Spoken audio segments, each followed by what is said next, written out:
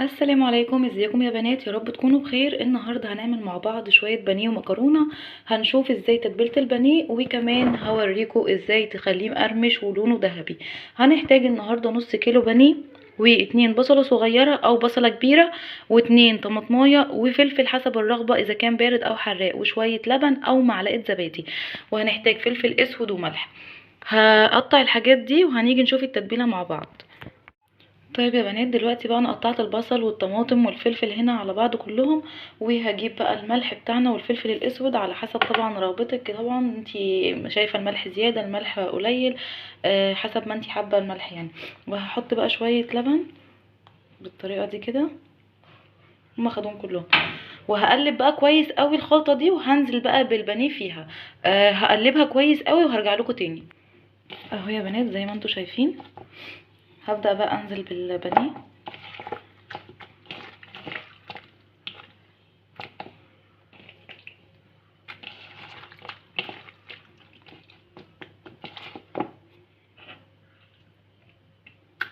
هتبله كله وارجع لكم بقى تاني يا بنات. اهو يا بنات، وبكده يكون ده الشكل النهائي بتاعه. يا جماعه اعملوا البانيه بالطريقه دي هتعجبكم جدا جدا جدا. وهوريكم دلوقتي بقى واحنا بنقليه ازاي بقى تخليه مقرمش ولونه ذهبي. هحط بقى البانيه في التلاجة ونيجي بقى نعمل المكرونه مع بعض. طيب يا بنات، دلوقتي انا دخلت البانيه في التلاجة. البانيه لو انتي محتاجاه بسرعه هتقعديه مثلا ساعه او اقل. هيبقى هتزودي الملح عشان البانيه يتشرب التتبيله اكتر. لو انتي هتعمليه من بالليل هتعملي بقى التتبيله العاديه جدا وتحطيه في التلاجة بقى من بالليل، وتقومي بقى تعملي اكلك براحتك. دلوقتي انا هعمل المكرونه. هحتاج طبعا شفشق طماطم، وهحتاج بصلايه صغيره على حسب طبعا المكرونه اللي انت هتعمليها تحتاج الطماطم اللي انت عايزاها. دلوقتي انا بقى جبت حله هنا حطيت فيها ميه على النار. انا ولعت على الميه وسبتها بقى طبعا تغلي عشان احط فيها المكرونه. وجبت حله تانية حطيت فيها حته سمنه وشويه زيت، هسيبها تسيح وهنزل عليها بقى بالبصل. هوريكم دلوقتي هنعمل ايه بس تسيح، وهوريكم هنعمل ايه مع بعض. دلوقتي يا جماعه بقى السمنه بتاعتي خلاص ساحت اهي، هنزل عليها بقى بالبصل.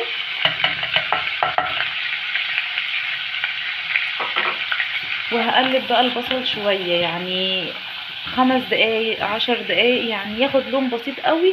وهنزل عليه بقى بالطماطم. لو عملتي بقى الصلصه بتاعت المكرونه بالطريقه دي بجد هتعجبك جدا. جربوها وهستنى رايكم في الكومنتات. وجربوا البانيه برضو عرفوني ايه رايكم بجد في الطريقه. هسيبها بقى تحمر شويه وهرجع لكم بقى اوريكم وانا بنزل الطماطم وهنعمل ايه تاني مع بعض. استنوني. دلوقتي بقى زي ما انتم شايفين البصل تقريبا خد لون اهو.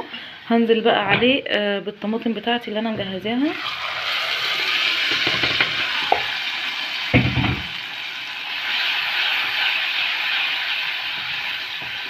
وهحتاج بقى واحد مرقة دجاج، وكمان هحتاج ملح وفلفل اسود واللي انتي طبعا عايزاه التوابل اللي انتي عايزاه هتحطيه. هسيبها بقى تتسبك وهشوف دلوقتي الميه بتاع المكرونه غلت ولا لا. لو غلت هنزل بقى بالمكرونه. ويلا بينا نشوف هنعمل ايه تاني مع بعض. هنا بقى يا بنات الميه غلت ونزلت بشويه ملح وحطيت بقى المكرونه. انا عامله ربع كيلو مكرونه. وطبعا انتي على حسب ما انتي عايزه بقى تزودي او براحتك يعني. وهسيبها بقى تستوي. وهنا بقى انا سايبه الصلصه بقى تتسبك، واول ما بقى الصلصه تتسبك والمكرونه تستوي هرجع اوريكم هنعمل ايه ونقلي البانيه مع بعض. طيب يا بنات، دلوقتي التسبيكه خلاص يعتبر هغطي عليها بقى. والمكرونه خلاص برضو داخله على سوا. فانا هعمل ايه دلوقتي بقى؟ انا هولع دلوقتي على الطاسه. اهم حاجه بقى في البانيه ان يكون الزيت نظيف. وهقول لكم هنحتاج ايه بقى دلوقتي. تمام.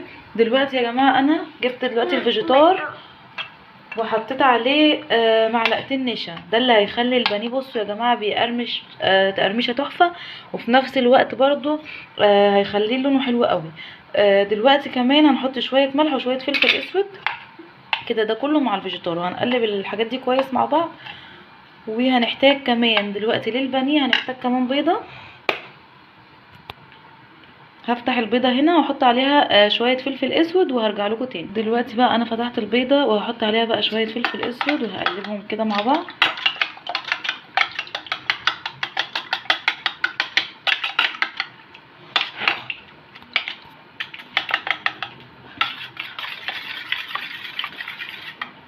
كده كل اللي هنحتاجه للبانيه دلوقتي البيض والفيجيتار مع النشا مع الفلفل الاسود. ولو عايزه تحطي شويه ملح طبعا حسب راحتك.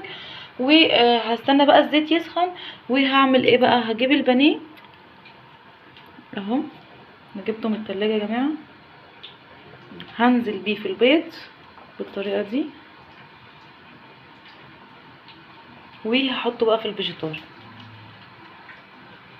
عايزه اقول لكم يا جماعه هتجربوا البانيه مش هتاكلوه بعد كده غير بالطريقه دي.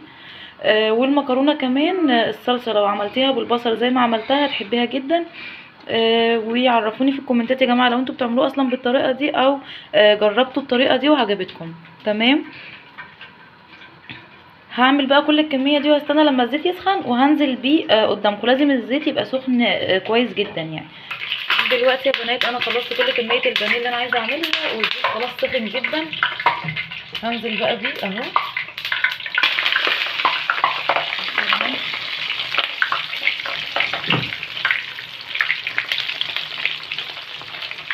هسيبه بقى في الطاسه يتحمر، وهوريكم بقى دلوقتي الصلصه والمكرونه انا بعملهم، وهوريكم البانيه بعد ما يتحمر شكله عامل ازاي عشان تشوفوا الشكل النهائي نشوف الشكل النهائي مع بعض.